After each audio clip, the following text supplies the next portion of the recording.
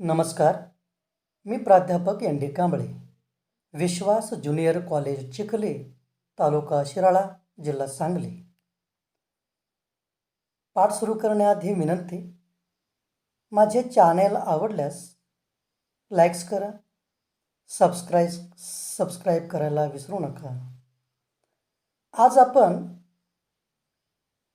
या तासाला इयत्ता 12वी विषय मराठी मधील गझलकार सुरेश भट यांची रंग माझा वेगळा ही कविता अभ्यासणार आहोत. 15 एप्रिल 1932 साली सुरेश भट यांचा जन्म अमरावती येथे झाला. सुरेश भट हे सुप्रसिद्ध कवी, पत्रकार म्हणून प्रसिद्ध आहेत. त्याचबरोबर संपादक म्हणूनही ते आपल्याला परिचित आहेत. काही काळ वृत्तपत्रात वार्ताहर म्हणूनही त्यांनी काम केलेलं आहे. रूपगंधा, रंग माझा वेगळा, एल्गार, झंझावात यासारखे अनेक कविता संग्रह त्यांनी लिहिले आहेत. उत्कृष्ट गझलकार म्हणूनही ते मराठी साहित्यात अजरामर झालेले आहेत. मराठीतील दुटप्पी व्यवहार, समाजातील मूल्यहीनता, ढोंगीपणा, लाचारीपणा याविषयी सुरेश भट आपल्या काव्याच्या माध्यमातून आपल्याला लिहिताना दिसतात. खरे तर सुरेश भट यांची लेखणी सामाजिक आणि राजकीय वातावरणामध्ये खुलताना आपल्याला दिसते. समाजातले वेगवेगळे अनुभव त्यांनी आपल्या कवितेच्या माध्यमातून लोकांमध्ये पोहोचविले आहेत आणि लोकांना जागृत करण्याचं काम सुरेश भटांनी केलेलं आहे. अनेक प्रश्न विचारून जीवन जगत असणाऱ्या माणसाला आपल्या गझलमधून त्यांनी बोलतं करण्याचे काम केलेलं आहे आणि त्या दृष्टीनं त्यांच्या गझल ह्या अतिशय सुंदर आहेत. त्यांच्या अनेक प्रेमकविताही प्रसिद्ध आहेत. या प्रेमकवितेत मृदू आणि हळूवार भावना ज्या आहेत त्या कधी धारधार, तीक्ष्ण आणि उपरोधिक अशा दिसत आहेत किंवा उपरोधिक बनताना आपल्याला दिसतात. कारण समाजातील ढोंगी प्रवृत्तीची जी माणसं आहेत ती मुखवटे पांघरून जगणारी जी माणसं आहेत ती त्यांना विचलित करतात. कारण अशी दुटप्पी व्यवहाराने वागणारी माणसे समाजामध्ये लोकांची दिशाभूल करतात आणि या दिशाभूल करणाऱ्या लोकांना ते अनेक ठिकाणी या गझलमधून प्रश्न विचारताना दिसतात आणि मग त्यांच्या या अंतरंगाच्या माध्यमातून ते आपल्याला अंतर्मुख करताना दिसतात. अशा या सुरेश भटांनी गझल हा काव्यसंग्रह मराठी साहित्यामध्ये लोकप्रिय केलेला आहे, अजरामर केलेला आहे. पाहूया त्यांच्या गझल काव्यसंग्रहातील एक गझल, रंग माझा वेगळा. ही कविता आज आपण अभ्यासायची आहे, आज आपण शिकायची आहे. या कवितेतल्या पहिल्या 2 ओळी पहा. रंगुनी रंगात साऱ्या रंग माझा वेगळा, गुंतुनी गुंत्यात साऱ्या पाय माझा मोकळा. मानवी जीवनाला अनेक पदर आहेत. मानवी जीवनाचे अनेक रंग आहेत. इथे प्रत्येकाचा रंग निराळा, प्रत्येकाचे वागणे वेगळे, जगणे वेगळे. या जीवनात कवीला हर तऱ्हेची माणसं पावलोपावली भेटतात. इथे कवी आपल्या आयुष्याविषयी हृदय मोकळं करून बोलू लागला आहे. वाट्याला आलेली निराशा तो या ठिकाणी या गझलमधून व्यक्त करतो आहे. कवी समाजापासून कुठेतरी तुटत चालला आहे, एकाकी झाला आहे, अस्वस्थ, अस्थिर आणि बेचैन झाला आहे. आणि म्हणून समाजातील स्वार्थी, ढोंगी, कपटी, दांभिक आणि कर्मठ लोकांच्यावर आपल्या लेखणीतून तो हल्ला चढवताना दिसतो आहे.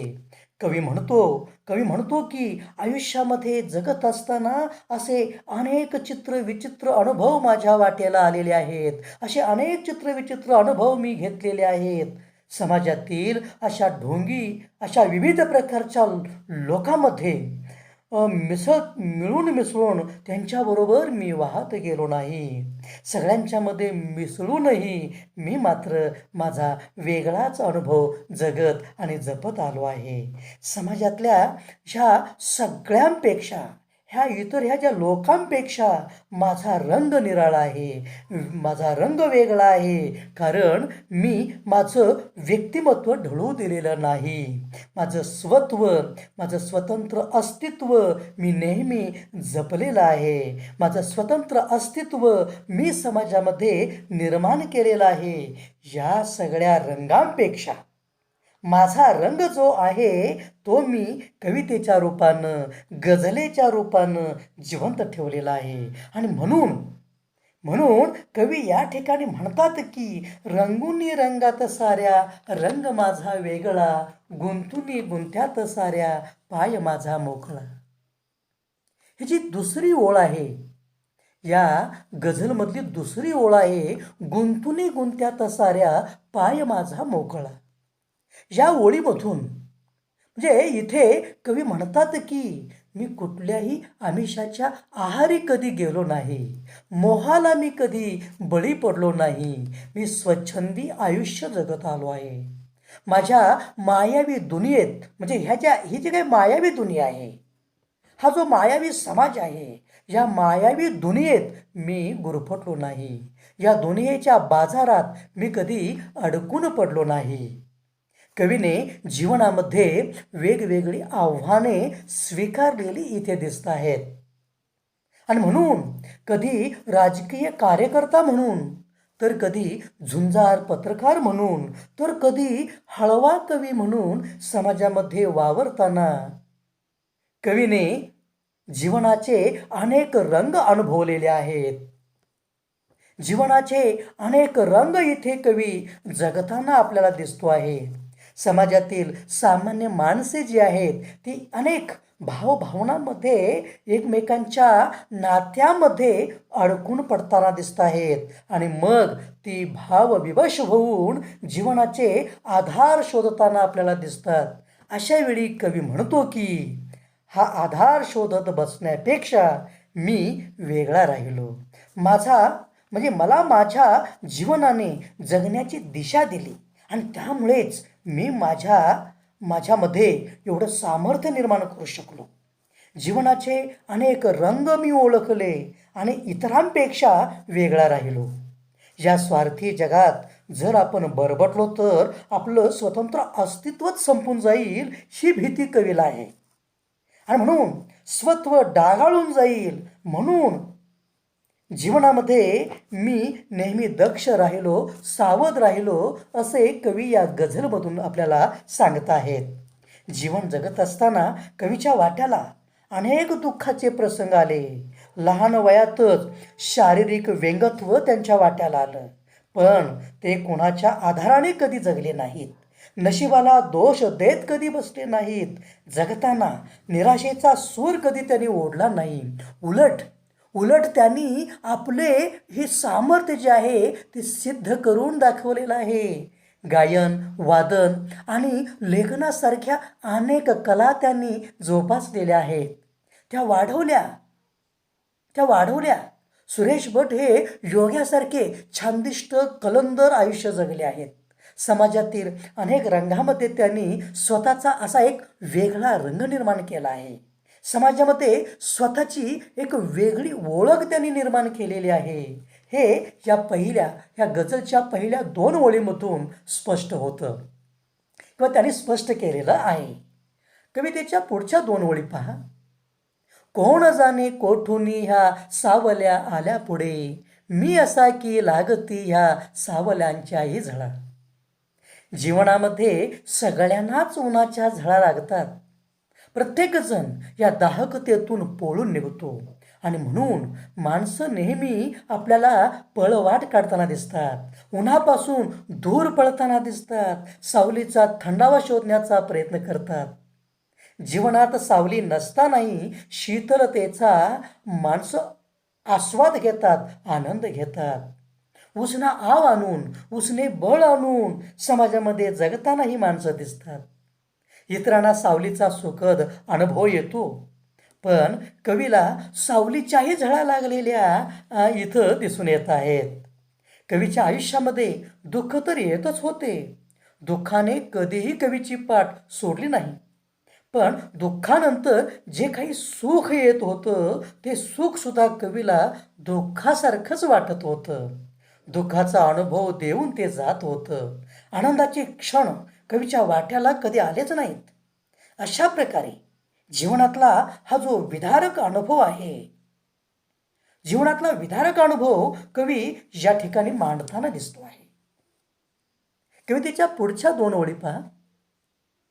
राहती माझ्या सवे ही आसवे गीतांपरी, हे कशाचे दुःख ज्वाला लागला ज्वाला लागला माझ्या, ज्याला लागला माझा लळा. इथे कवी असे म्हणतो की ही जी आसवे आहेत, हे जे अश्रू आहेत, ते माझ्या डोळ्यामध्ये भरून राहिले आहेत, माझ्या डोळ्यामध्ये दाटले आहेत. प्रत्येक गाण्यामधून, प्रत्येक गीतामधून, प्रत्येक ओळीमधून या ठिकाणी कवीच्या डोळ्यातून अश्रू बरसताना दिसत आहेत. कवी आपल्या जीवनातील दुःख मांडत आहेत, व्यथा मांडत आहेत. जीवनाचे विदारक रूप मांडताना कवी इथं या गझलमधून आपल्याला दिसतात. इथे कवी दुःखाची सोबत करताना दिसतात. म्हणून कवी या ठिकाणी म्हणतात की राहती माझ्या सवे ही आसवे गीतांपरी. पुढची ओळ आहे, हे कशाचे दुःख ज्याला लागला माझा लळा. इथे पहा, सुख पाहता जवा एवढे, दुःख मात्र पर्वता एवढे, अशी परिस्थिती या मानवी जीवनात निर्माण झालेली असते. सुखदुःखे मानवी जीवनात अमावास्या आणि पौर्णिमेप्रमाणे येतच असतात. प्रत्येकजण उद्या सुखी होईल किंवा उद्या सुख येईल या आशेवर जगत असतो. पण आपल्या आयुष्यातील दुःख काही संपता संपत नाही. कवीच्या वाट्याला सुख येतं, पण ते दुःखाला सोबत घेऊन. हा कसला विचित्र अनुभव, असा प्रश्न नेहमी कवीला पडतो आहे, कवीसमोर निर्माण होतो आहे. आणि मग कवी उपरोधाने म्हणतो की दुःखाला सुद्धा आता माझा लळा लागला आहे. कवीला त्याच्याबद्दल प्रेम वाटते. म्हणजे कवीला या दुःखाबद्दलही प्रेम वाटते, आपुलकी वाटते, आस्था वाटते. कवीच्या आयुष्यातील दुःख हे काही संपत नाही. कवी म्हणतात की दुःख सुद्धा आता माझ्यासोबतच राहू इच्छिते. ते माझी साथ अजिबात सोडत नाही.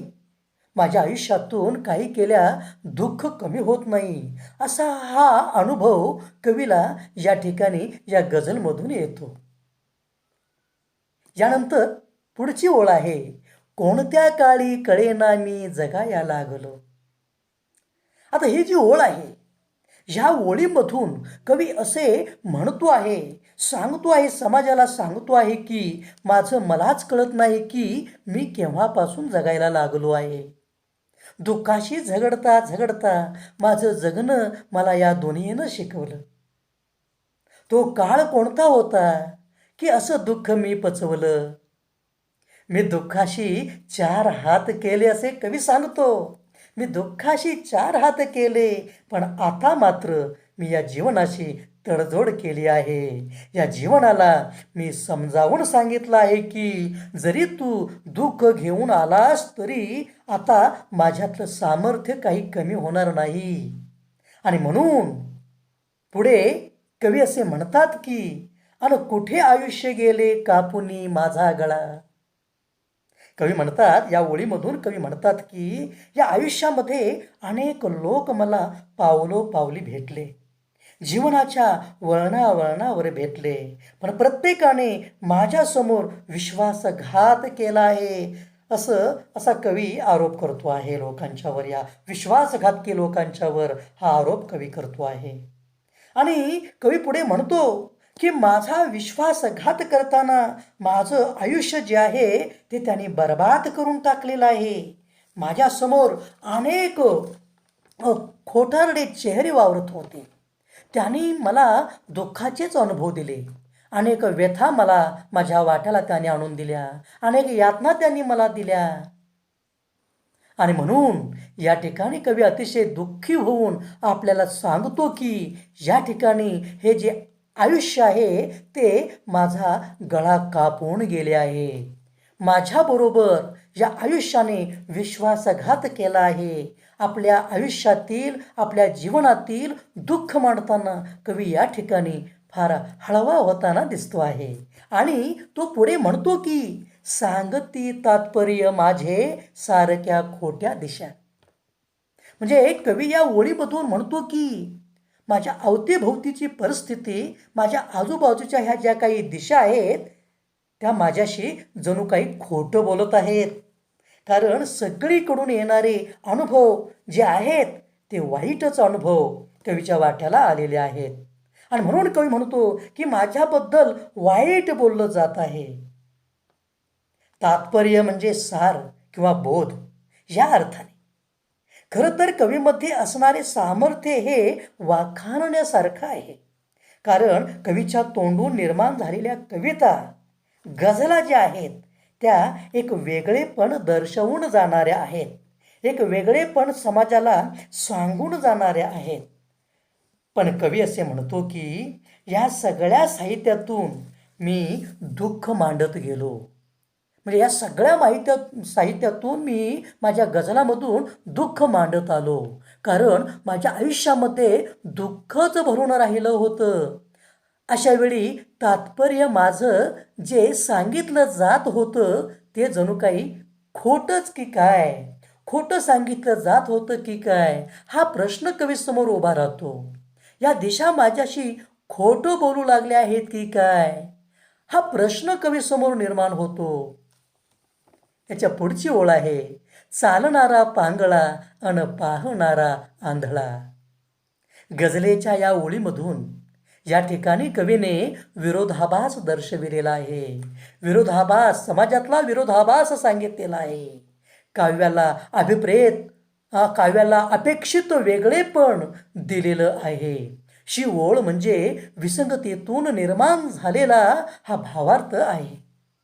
कवी म्हणतो की इथे चालणारा पांगळा हा जो आहे, खरं म्हणजे जो माणूस चालतो तो अगदी धष्टपुष्ट असतो, धडधाकट असतो, निरोगी असतो, तो पांगळा असू शकत नाही.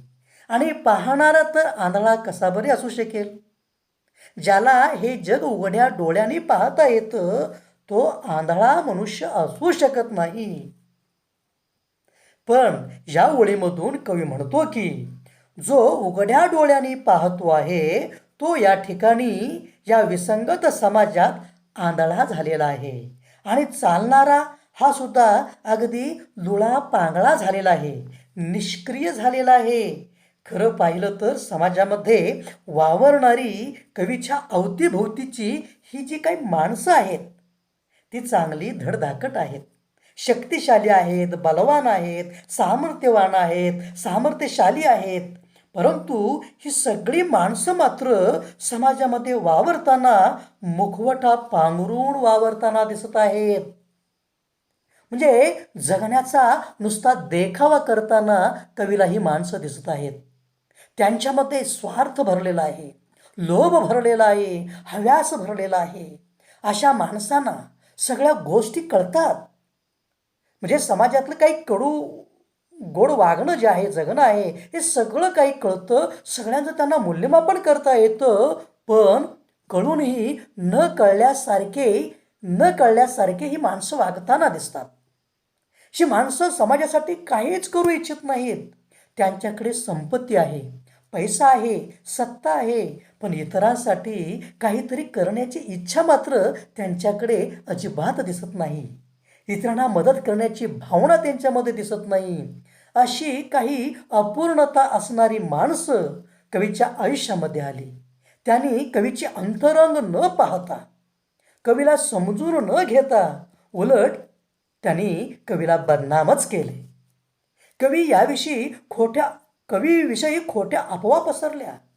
अशा लोकांना कवीने कधी जवळ घेतले नाही, फारशी त्यांना कधी किंमत दिली नाही.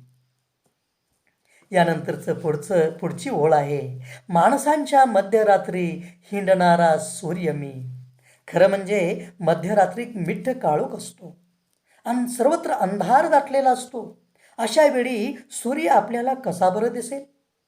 सूर्य आपल्याला सकाळी उगवल्यानंतरच दिसतो, उठल्यानंतरच दिसतो. पण इथे कवी स्वतःला मध्यरात्रीचा सूर्य असे संबोधतात.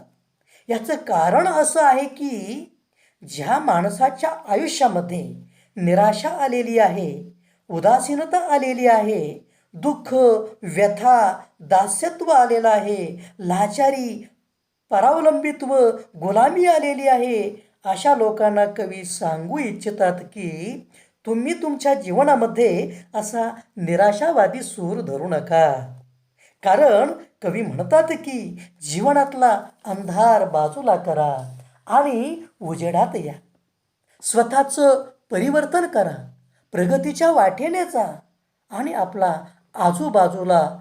आजूबाजूला जे ढोंगी लोक आहेत, जे दुष्ट लोक आहेत, जे कपटी, कुतर्क मनात आणून तशाच पद्धतीनं वर्तन करणारे हे जे कर्मठ लोक आहेत, त्यांना तुम्ही ओळखायला शिका, त्यांच्यापासून दूर राहा.